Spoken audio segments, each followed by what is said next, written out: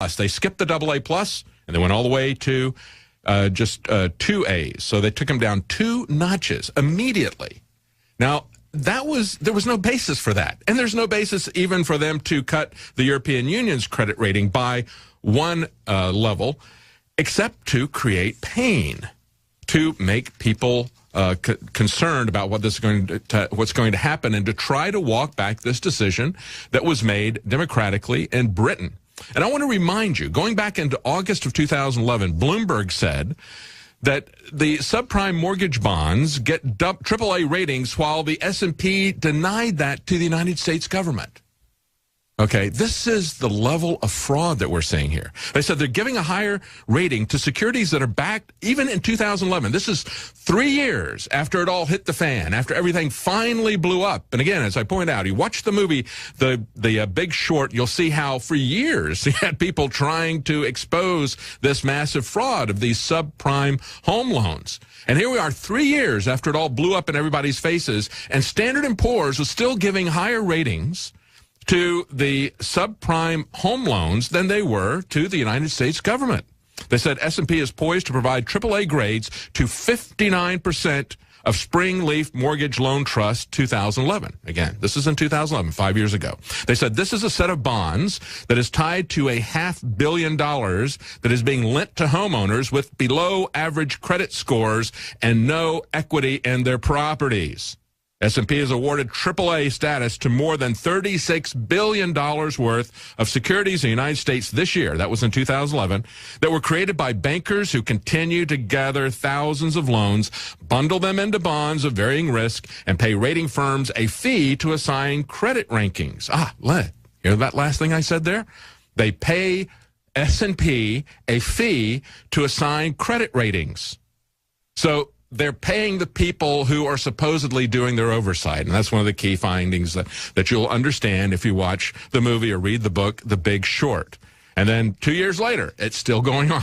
And Forbes is saying, we're getting promised that the Attorney General's office here in the United States is going to expose the fraud of the S&P here. Look, it's all a fraud.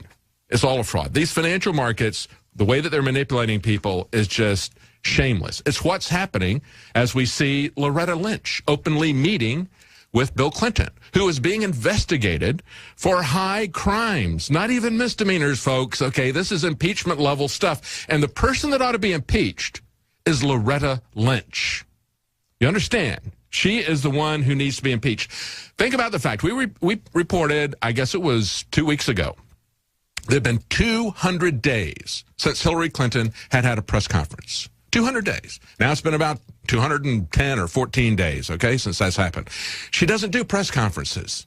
She does presentations, and the press backs her up on this. Now, what we had today was the Clinton machine doing a presentation. If you pull that article back up there and look at that guy that's there, okay, that sycophant from the Washington Post, I believe is where he's from. Nobody is talking about who he is for the most part. He should be ashamed of himself for the softball questions, for the psychological manipulation that he did to people, for the doublethink that he gave them, okay? It is not simply, he comes in, and this is done as if it was some kind of a press conference. If she'd had a real press conference, I believe even the Washington Press Corps, who basically covered for them, who did not report the fact that the FBI said, don't take pictures, don't take photos, don't talk about the fact that she and Bill Clinton are meeting together privately in a plane.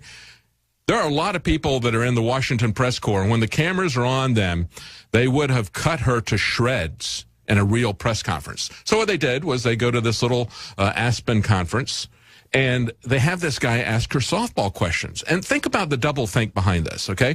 First of all, he asks her a question, and he says, what were you thinking? Well, she just basically says, there's nothing to see here. We're just close and old friends. We got together, we talked about our grandchildren and about his golf game and other things like that, okay?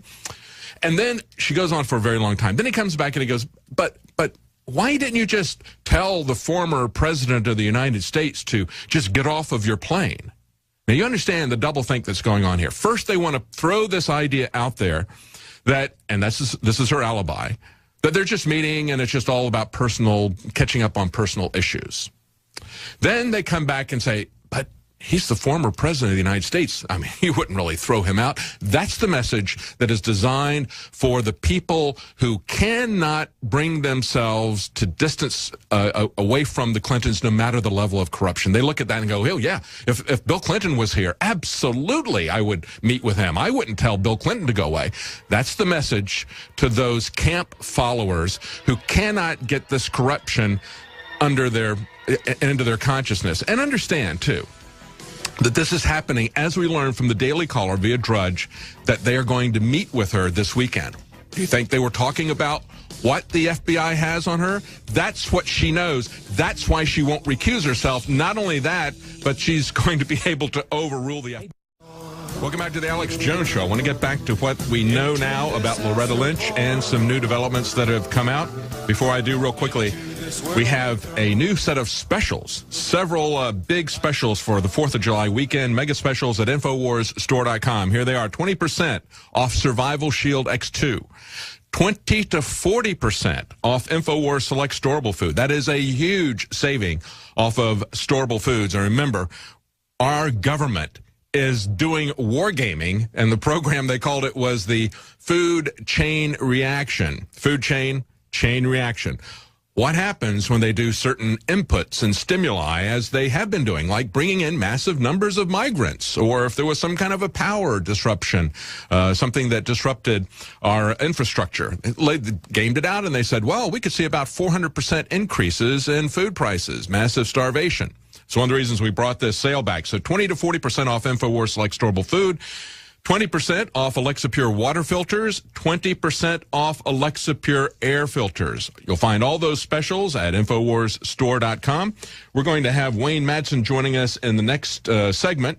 For a half hour, we're going to be talking about the EU and the powerful pedophile hierarchy that Wayne once has exposed in an article yesterday that's on InfoWars.com. By the time we've got left in this segment, I want to go back to what's going on with Loretta Lynch, okay? And I think it's very key that you understand the sequence of events as they happened yesterday. First, we had Lynch and Clinton, and remember that this is not just an investigation of Hillary Clinton. It also concerns the Clinton Foundation. Bill Clinton is also a subject of this investigation. It would have been bad enough if she had met with the spouse of somebody who was being investigated, but she met with someone who himself is being investigated. So they meet, and they're told by the FBI, all the press there are told that they're not supposed to take pictures of it. And yet we had a local reporter.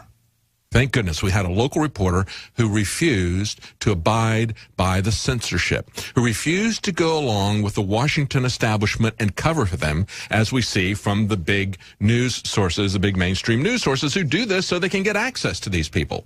That's their stock and trade, is access. And for that access, they will cover for them. They will lie for them.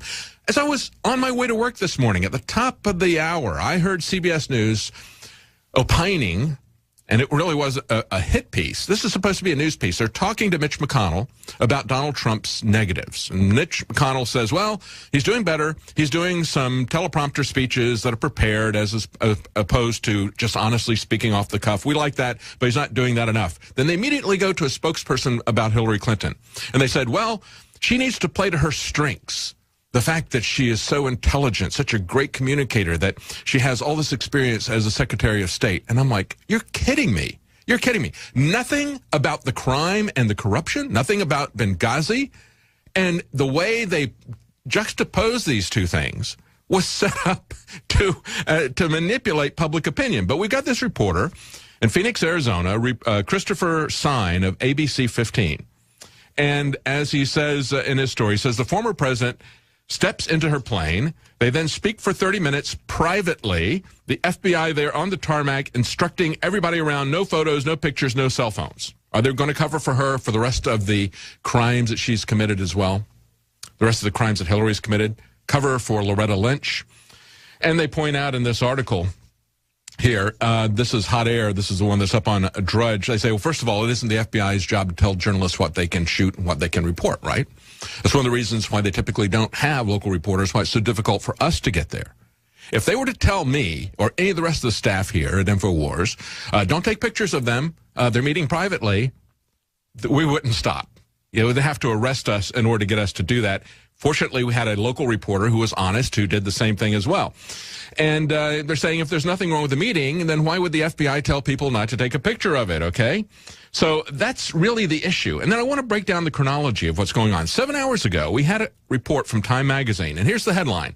Loretta Lynch won't overrule the FBI on Hillary Clinton email probe. That was 7 hours ago from Time.com. Now, I want you to understand, Loretta Lynch has already overruled. She likes to talk about we've got these career investigators and prosecutors are going to present their information, and I'm going to go with their recommendation because they're the professionals.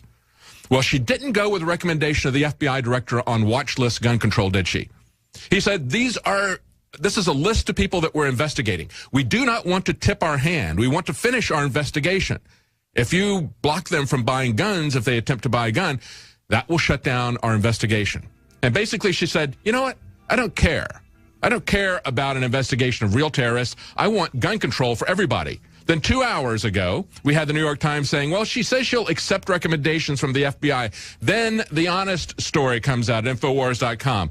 Lynch reserves the right to overrule the FBI in a Clinton probe. This is an honest assessment, quoting senior Justice Department officials saying, yeah. And the other part about it is, and this is what it was about, she was passing the information to Bill Clinton. Welcome back to the Alex Jones Show. I'm David Knight, and we're going to be talking to Wayne Madsen in this segment.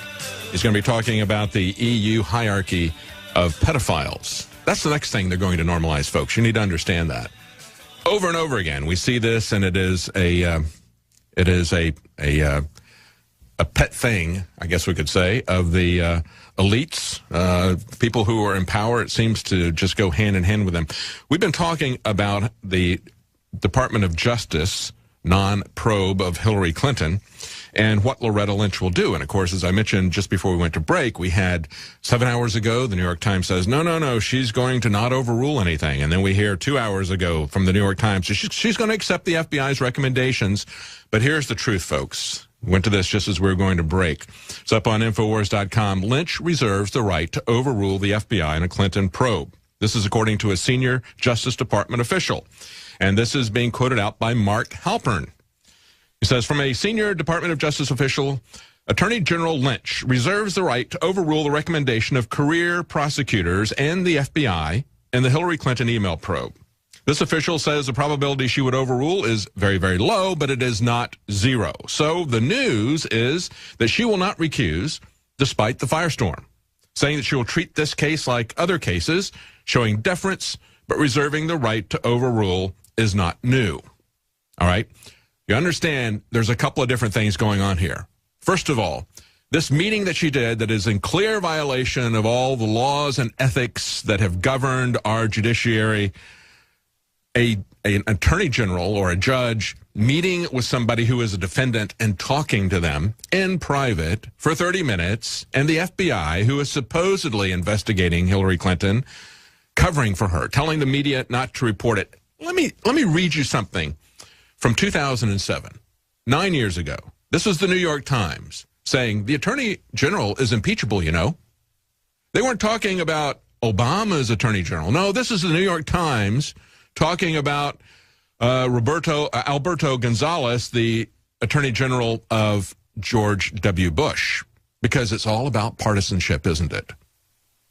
They're not going to talk about how Loretta Lynch ought to be impeached. They say impeachment is a bad odor in these post-Clinton days, but it needn't be. This is New York Times, 2007. Though provoked by individual misconduct, the power to impeach is at the bottom a tool that is granted by Congress to defend the constitutional order. But we're not going to do that for Hillary, are we? Okay? Understand what it takes to do an impeachment here, okay? An impeachment proceeding may be commenced by a member of the House of Representatives on their own initiative. Any one of those guys, any one of our congressmen could impeach this woman. And she needs to be impeached for this alone. There's many other things they could impeach her for, but this is enough, okay? The impeachment process, however, may also be initiated by non-members. They say, and I'm reading from Wikipedia, for example, when the Judicial Conference of the United States suggests a federal judge be impeached, a charge of actions constituting grounds for impeachment could come from a special prosecutor or from the president or from state or territorial legislatures, grand juries, or by petition. Let's start a petition. Let's impeach Loretta Lynch, okay? And one of the reasons I say this is because